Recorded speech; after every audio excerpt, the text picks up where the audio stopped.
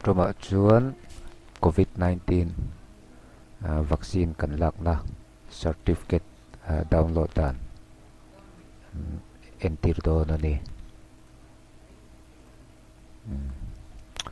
chuan vaccine kan lakhanin SMS heting hiron thleng thina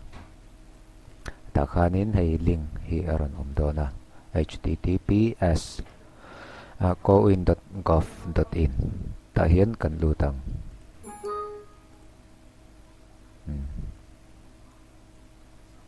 kan lutanga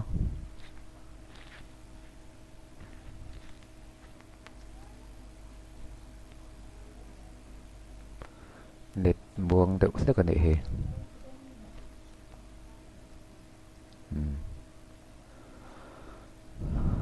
chuan hi lo lang ta chuan ta hianin register and sign in yourself hin kan kalang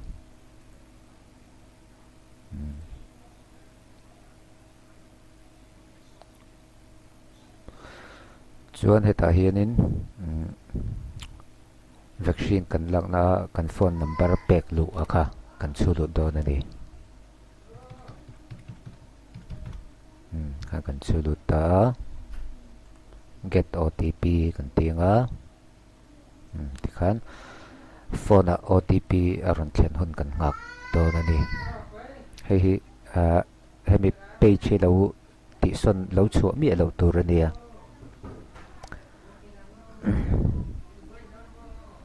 OTP hi thleng har deuh sak thina chan chu network traffic te alo jam ve deuh sak thina wangin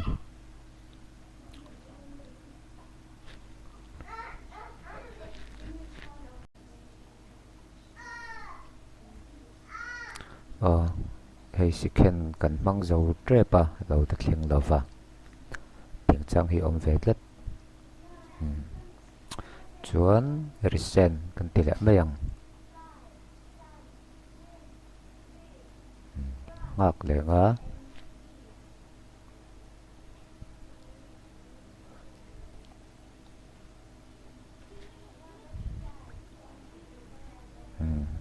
aron thleng chi a chu OTP ka tan kan entarang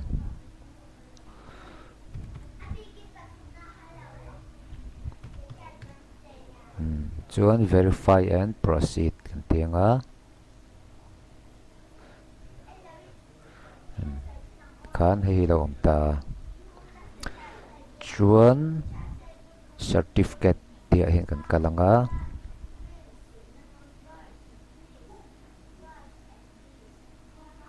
hei he ta hi PDF aron download ta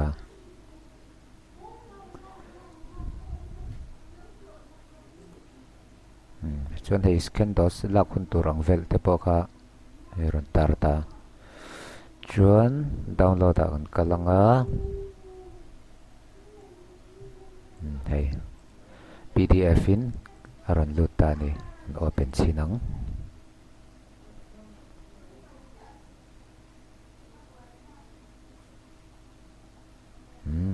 hei PDF hei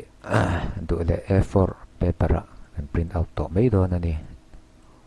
kanin PDF document certificate kha akan lo nei thei ta ni ti jong kha certificate ma ni download tan chu ni